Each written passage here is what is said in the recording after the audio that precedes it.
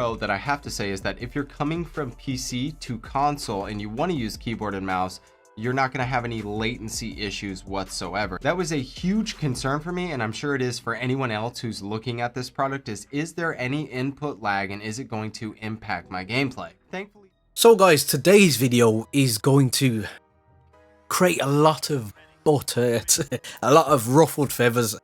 That's just my guess, because it's a controversial topic. It's always been a controversial topic, and it's something that's, I reckon, is going to be more prominent than we believe this time around for Call of Duty, and it could cause a real problem for them in the end. Now, we're going to have cross-play in Call of Duty, and yes, they're going to explain this soon with the release of the crossplay details. So take what I say with a pinch of salt. However, I have done some research. This isn't just an opinion of mine. This is me doing some actual research before I've formulated this opinion. So bear with me in that demeanor. But basically, I do a lot of reading on Reddit posts, especially when it concerns Call of Duty, mainly for entertainment purposes, but I get a lot of information, a lot of research. There are a lot of very intelligent people who put a lot of time into testing certain things in Call of Duty, and this gives me great ideas for videos. And I stumbled across this particular post here. MW must have a strong anti-cheat system in consoles. This game should have a strong system against pub stompers. That sounds a bit butthurt to me personally. Most probably cheaters in brackets really sounds butthurt, who use scripted Chronosmacks, Zim and Strike Pack. They already ruined Black Ops 4, and I hope we don't see that in Modern Warfare. Now, I've gone through the post and it does make for entertaining reading, but as you can see, it's got 814 upvotes. I upvoted it myself because I've spoke about this mouse and keyboard topic before, and now they're trying to natively include this. It's just going to create so many problems. There are so many developers out there that don't like this because it doesn't create a level playing field. Now, let's not beat around the bush here. There are plenty of people who take gaming very, very serious comparative to when Call of Duty last came out. We've got so many peripherals that you can use now. The paraphernalia out there is just unbelievable. From your gaming screens to your headsets, people do what they possibly can to gain advantage, but not necessarily gain advantage, just put themselves in a good position. And in reality, most people have gaming headsets now because it doesn't pollute the water in the household. You have your gaming as loud as you like, but you're not affecting everybody within your vicinity. So it makes sense on that basis also.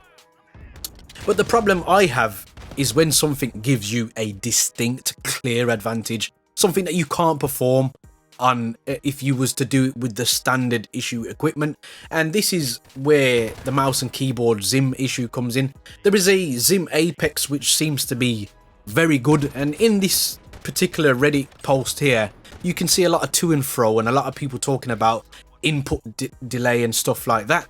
So what I did is did some research, and you may know somebody called Battle Nonsense, somebody that I've relied on for a long time now in getting some clear, concise, specific testing for specific things in gaming. He is very, very good at what he does. And in this particular video, what he does is he actually tests out the Zim 4, which is one of the older generations of the Zim, to see if there is any input lag at all in this game. And basically, a lot of people state, oh, there's input lag, so it's not as good as using a native keyboard and mouse like PC, which is true to a degree.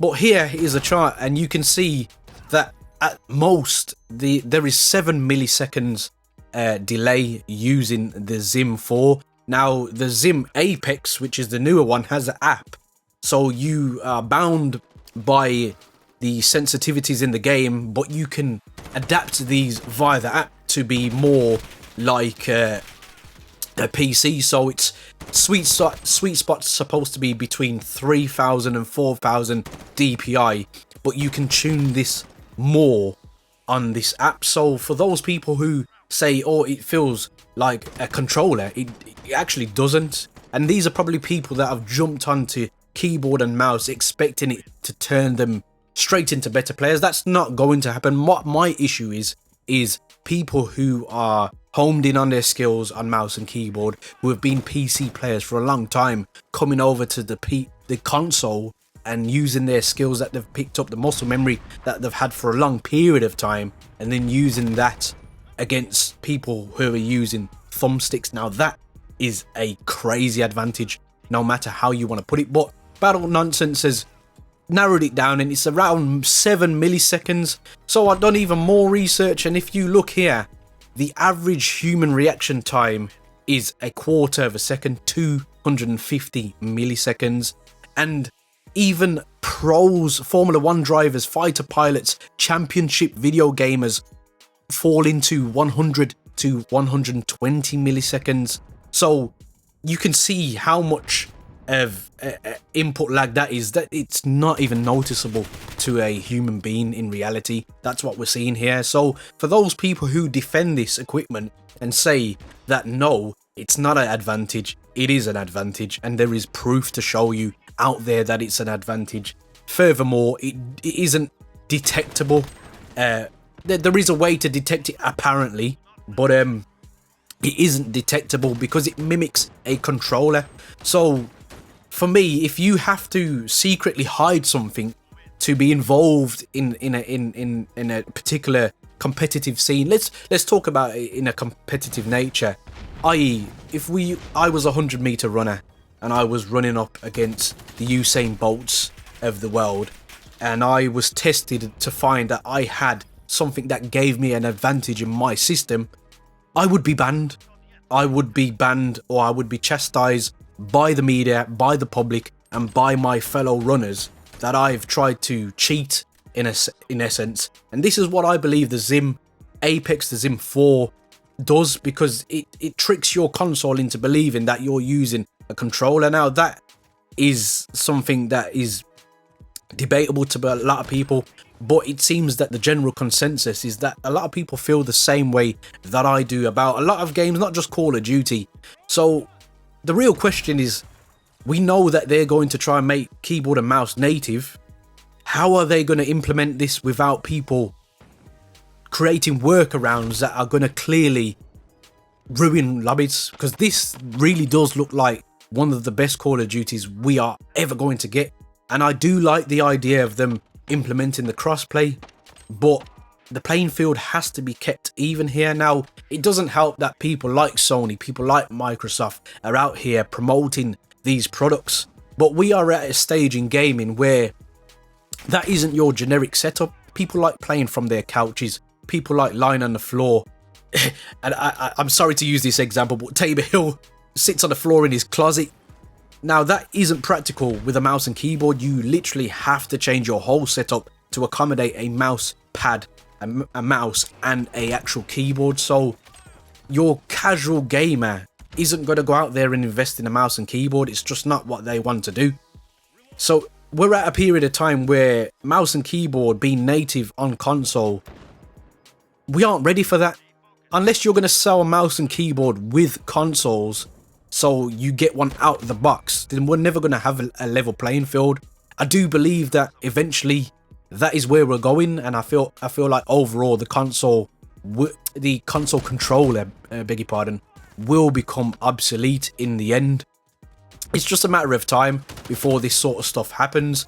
But I thought I'd do this video just to show you guys it's clearly an advantage, but what do you think? Do you genuinely believe it's an advantage? I know there was a lot of misinformation from people using these Zims, maybe because they don't want to be found out in essence, but to me it's clearly an advantage.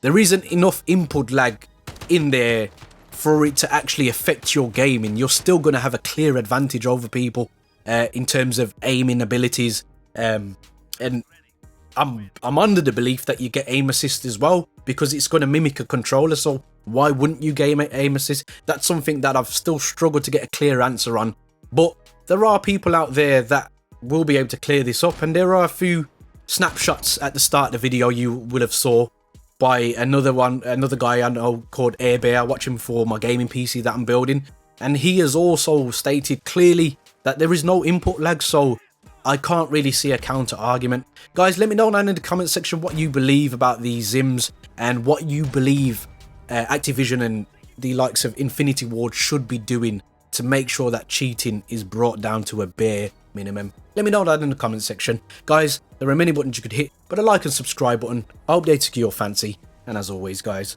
don't forget to stay on the right track. Peace.